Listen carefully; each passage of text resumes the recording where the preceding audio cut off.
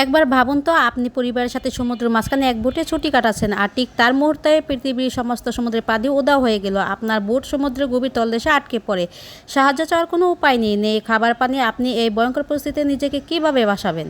Tom তার ছেলে বেনের জন্মদিন পালন করতে এক বোটে করে ক্যারিয়ার সমুদ্রের গভীরে এসেছে। টম একজন ফটোগ্রাফার আর হঠাৎ সমুদ্র ও প্রাণী জগৎ নিয়ে গবেষণা করাই তার কাজ। পরিবারের সবাই যখন ছুটি কাটানোর উপভোগ করছিল তখন টমের স্ত্রী জুলিয়া মজা করে সমুদ্রে সাঁতার কাটতে নামে, কিন্তু পানিতে নামার পরেই সবকিছু অদ্ভুত লাগতে শুরু করে। সে লক্ষ্য করে পানির রহস্যময় নিচের দিকে যেতে শুরু করেছে। জুলিয়া চিৎকার শুরু করতে লাগে। দ্রুত তাকে টম বোটে তুলে নেয়। এই বিষয়টি তেমন পাত্তা না দিয়েও বেনের জন্মদিন পার্টি শুরু করে দেয়। কিন্তু উৎসবের মধ্যে ক্যাসির কাছে তার বয়ফ্রেন্ডের ফোন আসে।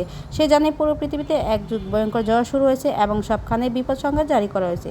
ক্যাসি কিছু বুঝে ওঠার আগে ফোন লাইন কেটে যায়। পরিবারটি আতঙ্কিত হয়ে কিছু করার আগে হঠাৎ এক ভয়ঙ্কর ধাক্কায় তাদের বোটটা কেঁপে ওঠে। তারা বেরিয়ে দেখে অসংখ্য হাঙ্গর তাদের বোটকে ঘিরে ধরেছে। অবাক হয়ে যায়, কারণ এই সময়ে এই অঞ্চলে হাঙ্গর থাকার কথা নিয়ে সে বুঝতে পারে পৃথিবীর বিশাল এক কোনো পরিবর্তন ঘটছে। কিছুক্ষণ পর হাঙ্গরগুলো চলে গেল।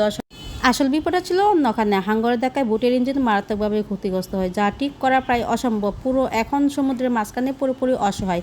পরিবারটি বাসার জন্য মরে হয়ে ওঠে। কিন্তু সবচেয়ে ভয়ঙ্কর ব্যাপার হলো তাদের মোবাইল, ল্যাপটপ বা বোটের রেডিও কোনো কিছুতেই সিগন্যাল পাওয়া যাচ্ছিল না। টম বুঝতে পারে না তারা এক ভয়ঙ্কর ফাঁদে আটকে পড়েছে, যেখানে থেকে বের হওয়া কোনো রাস্তা খোলা নেই। আর পুরোপুরি বিচ্ছিন্ন হয়ে যাওয়ার পর টম হিসাব করে বুঝতে পারে তাদের কাছে মাত্র 4 দিন চলার মতো খাবার পানি অবশিষ্ট আছে। ঠিক তখনই আকাশ থেকে বৃষ্টির মতো আগুনের গোলা ফুটে পুরো আগুন ধরে যায়। টম নষ্ট ইঞ্জিন চালু করার চেষ্টা করে, অলৌকিকভাবে শেষ মুহূর্তে ইঞ্জিনটি চালু হয়ে যায়। তারা কোনো মতে সেখান থেকে ফিরে আসতে পারে। ইঞ্জিনটি চিরতরে বন্ধ হয়ে যায়। রাতের অন্ধকারে শুরু হয় ভয়ঙ্কর ঝড়। বোটটি কাগজের মতো দুলতে থাকে, কিন্তু তার চেয়ে অদ্ভুত ঘটনা ছিল পৃথিবীর আকর্ষণ শক্তির পরিবর্তে, যার ফলে তাদের সবার নাক দিয়ে রক্ত পড়া শুরু হয়। চরম আতঙ্কের মধ্যে তারা জ্ঞান হারায়, কিন্তু ঘুম ভাঙার পর তারা দেখে তা কিছুই কল্পনার বাহিরে।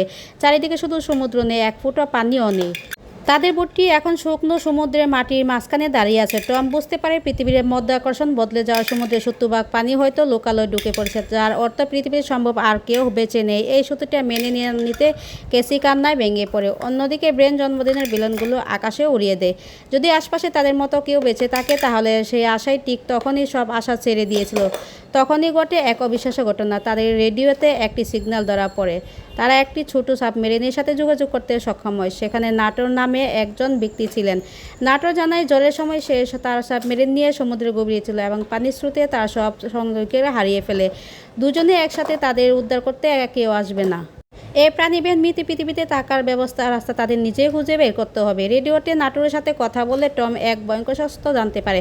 পৃথিবীর মধ্যাকর্ষণ শক্তি বদলে যাওয়া সমুদ্রের পানি একমাত্র সপ্তাহের মধ্যে আবার আগের জায়গায় ফিরে আসবে। এর অর্থ এক ভয়ঙ্কর জলোচ্ছ্বাস সব কিছু ডুবিয়ে দেয়। নাটোর সাবমেরিন মাত্র 3 জনের জায়গায় ছিল, তাই টম এক কঠিন সিদ্ধান্ত নেয়। তাদের সব খাবারের বিনিময়ে নাটোর যেন শুধু তার 2 সন্তান ক্যাসি ও বেনকে সাবমেরিন আশ্রয় দেয়।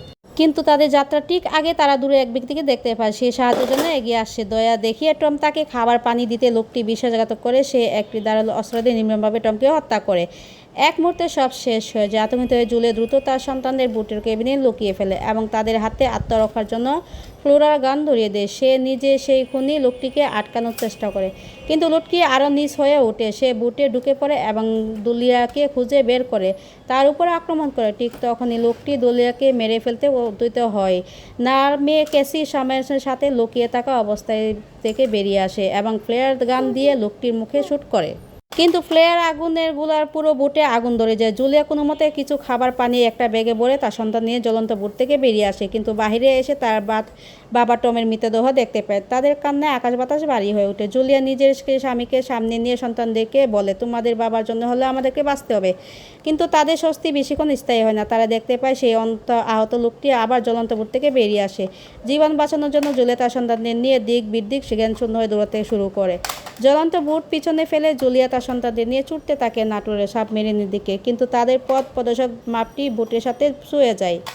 তার উপর সেই খুনি লোকটি তাদের খাবার পানির জন্য ছাড়েনি। দিনভর তারা শুকনো খাবরু সমুদ্রের উপর দিয়ে হাঁটতে থাকে। খাবার ফুরিয়ে যায়, শেষ হয়ে যায় পানি।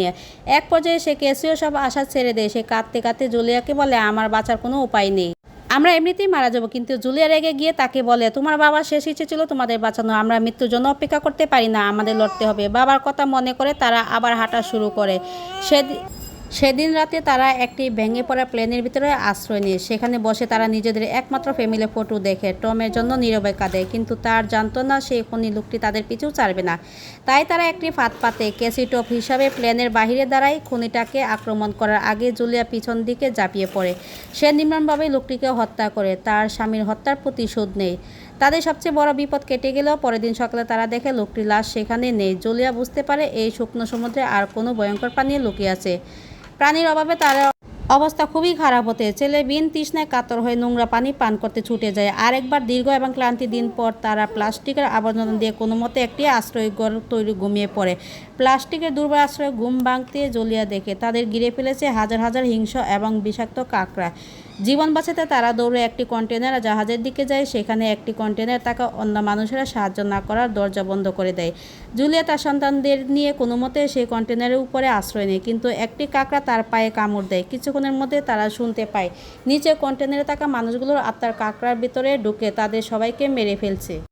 আর ক্ষতের বিষয়ে জুলির জ্ঞান হারায়। জ্ঞান ফেলে সে দেখে তার সন্তানের নেই। সে তখন আতঙ্কে চিৎকার করে কাঁদছে। ঠিক তখনই ক্যাসিয়ান বেন ফিরে আসে। তারা মায়ের জন্য খাবার, পানি আর বন্দুক জোগাড় করছে। জুলি একটি রেডিওর মাধ্যমে নাটোরের সাথে যোগাযোগ করতে জানতে পারে সবচেয়ে ভয়ঙ্কর সত্যিটা, সমুদ্রের পানি ফিরতে আর মাত্র 1 ঘন্টা বাকি। পৃথিবীর এই পরিবর্তনে আজ প্রিয় জলপ্রাণীরা ফিরে আসছিল। তাদের হাতে আর সময় নেই, কিন্তু তারা জানে না সাবমেরিনটা কোথায়। ঠিক তখনই নাটোর শেষ বুলেটটি আকাশে ফায়ার করে তাদের সিগন্যাল পাঠায়। তারা বুঝতে পারে সাবমেরিনটি খুব কাছেই। তারা দৌড়ে সেদিকে যেতে থাকে, কিন্তু একটি বিশাল পাথরের দেয়াল তাদের পথ আটকায়। হঠাৎ পাথর জুলিয়া দিশে তার সন্তানদের থেকে আলাদা হয়ে যায়। জুলিয়া চিৎকার করে তার সন্তানদের এগিয়ে যেতে বলে।